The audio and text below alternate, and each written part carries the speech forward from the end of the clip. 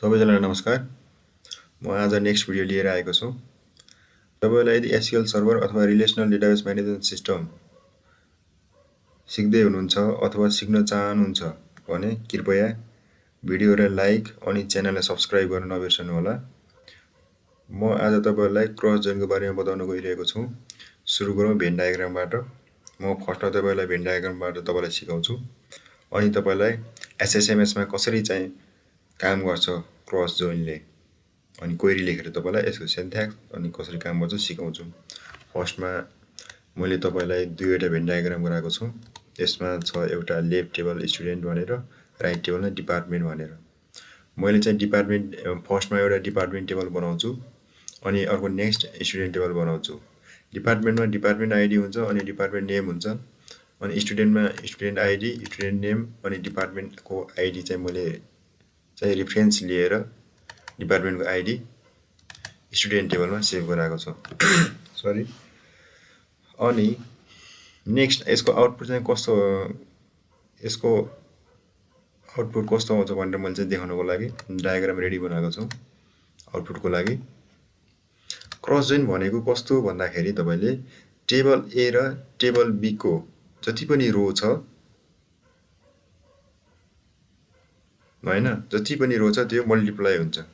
अथवा तपाईले देख्न सक्नुहुन्छ डिपार्टमेन्ट टेबल र स्टुडेन्ट टेबलमा मैले कतिवटा डेटा इन्सर्ट गरेको छु। 1 2 3 आइटी सफ्टवेयर कम्प्युटर। स्टुडेन्ट टेबलमा सन्देश श्रीधर तिलक संकल्प भनेर मैले के गरेको छु डेटा इन्सर्ट गरेको छु हैन।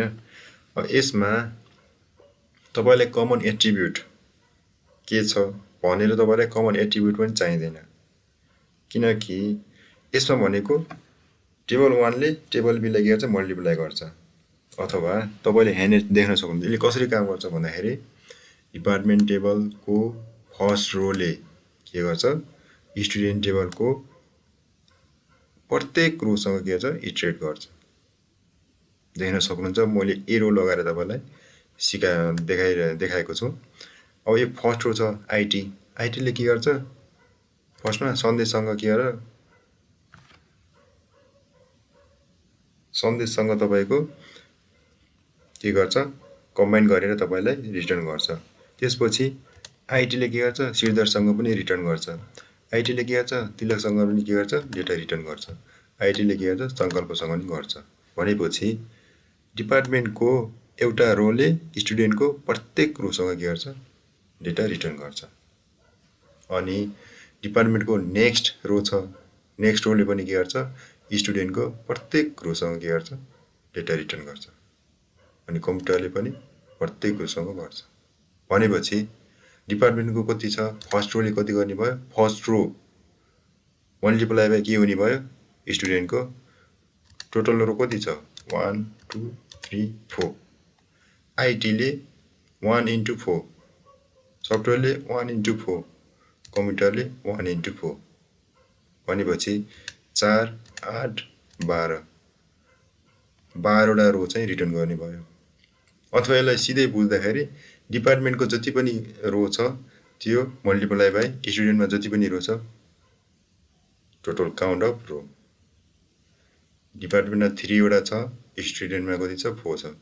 4 into 3 12। यसको टोटल चाहिँ रो चाहिँ कति रिटर्न गर्छ भनेपछि 12 वटा रो चाहिँ यसले रिटर्न गर्छ। मैले चाहिँ एरो चाहिँ डिपार्टमेन्ट टेबलदेखि स्टुडेन्ट टेबलतिर लगाएँ हैन।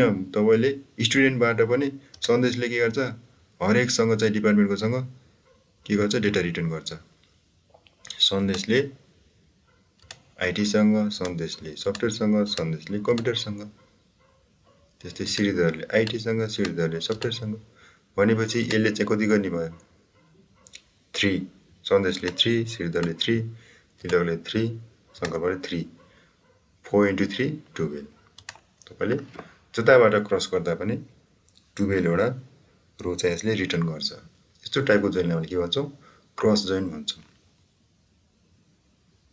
यसको आउटपुट के आउने भयो फर्स्टमा आइटी ले के गर्छ 1 छ आइटी छ, डिपार्टमेन्टको आइडी 1 छ अनि के छ आइटी छ। अनि यसले के गर्छ स्टुडेन्टको आइडी 1 छ सन्देश छ, यसको आइडी 1 छ। फेरि आइडीले के गर्छ, फेरि यसको सेकेन्ड रोसँग गर्छ, यसको 1, यसको आइडी कोसँग, स्टुडेन्टको 2,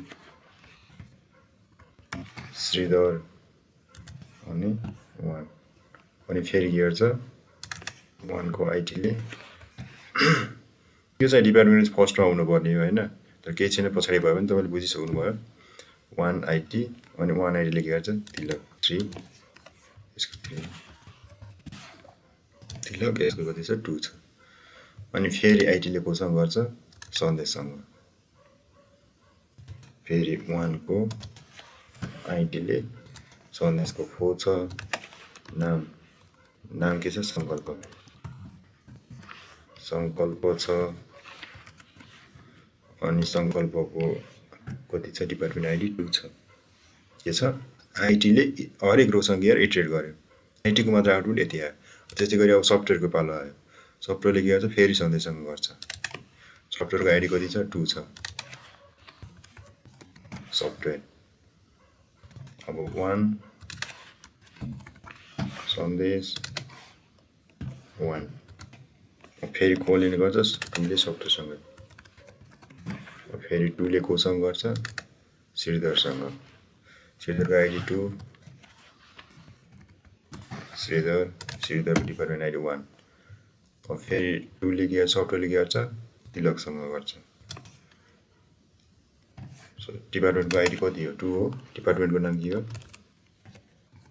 सफ्टवेयर हो, कोसँग गर्छ तिलकसँग गर्छ, तिलकको आइडी कति हो 3 हो, नाम के हो तिलक हो, अनि तिलकको डिपार्टमेन्ट आइडी कति हो 2 हो। त्यस्तै सफ्टवेयरको बाँकी कुन छ संकल्प छ 2, अनि सफ्टवेयर संकल्पको आइडी 4, संकल्प डिपार्टमेन्ट आइडी 2। यस्तै नेक्स्ट गरिकन के हुन्छ अब नेक्स्टमा के हुन्छ यहाँनिर 3 ले कोसँग गर्छ सन्देशसँग गर्छ, 3 भनेको कुन हो डिपार्टमेन्ट आइडी, डिपार्टमेन्टको नेम के हो कम्प्युटर हो, कम्प्युटरले कोसँग गर्यो स्टुडेन्टको आइडी 1, स्टुडेन्टको नेम सन्देश, डिपार्टमेन्ट आइडी 1। यहाँनिर तपाईलाई के छ रो पुगेन, अनि नेक्स्ट के गर्छ फेरि कम्प्युटर गर्छ, फेरि यहाँनिर 3 आउँछ, फेरि यहाँनिर के हुन्छ कम्प्युटर हुन्छ, अनि नेक्स्ट को छ 2 छ 2 श्रीधर, यहाँनिर आइडी 2 श्रीधरको डिपार्टमेन्ट 1। त्यस्तै फेरि नेक्स्ट के हुन्छ तपाईको 3 कम्प्युटर, अनि 3 तिलक 2, फेरि के हुन्छ 3 कम्प्युटर 4 संकल्प 2, 3 मल्टिप्लाई बाइ 4 इक्वल टु कति भयो यसको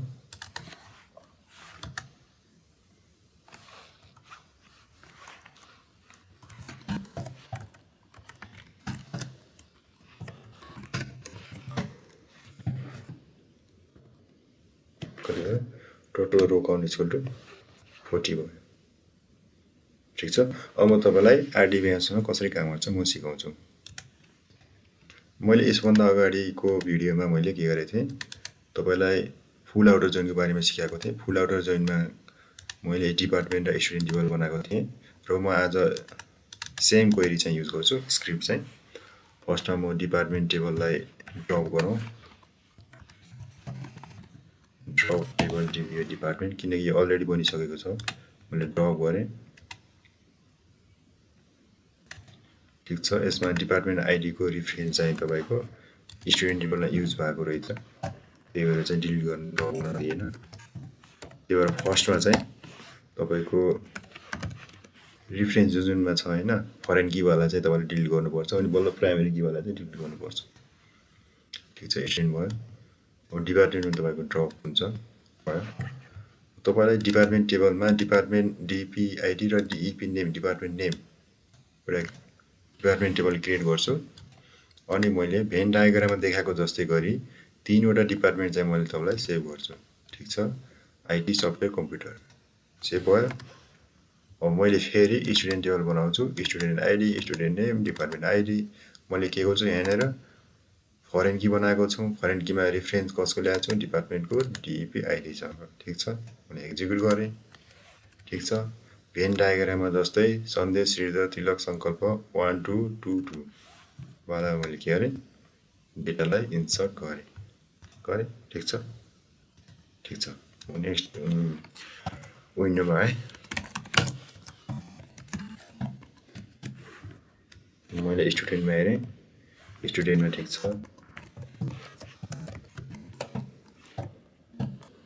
डिपार्टमेन्ट दुईटा एक्जिट गरौँ। के छ? स्टुडेन्टमा ठिक छ, अनि डिपार्टमेन्टमा पनि आइटी सफ्टवेयर कम्प्युटर ठिक छ। अब तपाईलाई क्रस जोइनको सिन्ट्याक्स के हो त? सिलेक्ट कलम नेम एउटा पनि हुन सक्छ, मल्टिपल पनि हुन सक्छ। फ्रम DBU टेबल नेम हैन, टेबल A हैन। तपाईको inner join, left join, right join, full outer join को जस्तो चाहिँ यसमा थोरै चाहिँ फरक छ। उनीहरुमा थोरै डिफरेन्स छ, अनि यसमा क्रस जोइनमा थोरै फरक छ। यसमा चाहिँ तपाईको हामीले के गर्छौं? तपाईको inner join, left join, right join र क्रस जोइनमा हामीले अन किवर्ड राखेर तपाईको उनीहरु कमन एट्रिब्युटलाई इक्वल बनाएर चाहिँ म्यापिङ गर्थ्यौं, तर यसमा चाहिँ पर्दैन। तपाईको क्रस जोइन भयो, अनि डट टेबल B हैन। हाम्रो क्रस जोइनको सिन्ट्याक्स यति नै हो।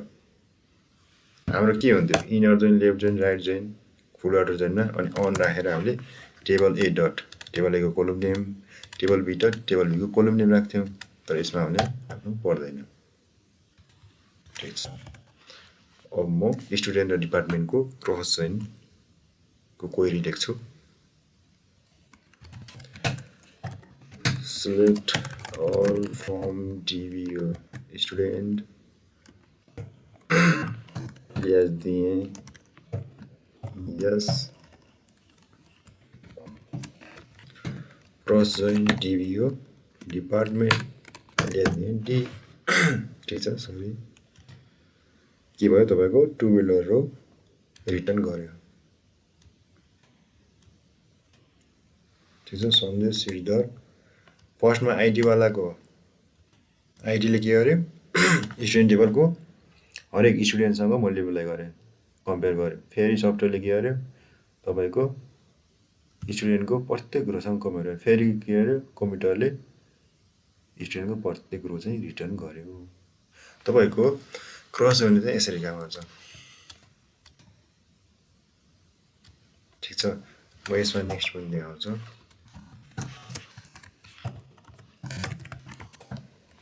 मैले के गरेको थिएँ अघि? लेफ्ट जोइनको लागि मानेको थिएँ स्टुडेन्टलाई, अब म डिपार्टमेन्टलाई मान्छु।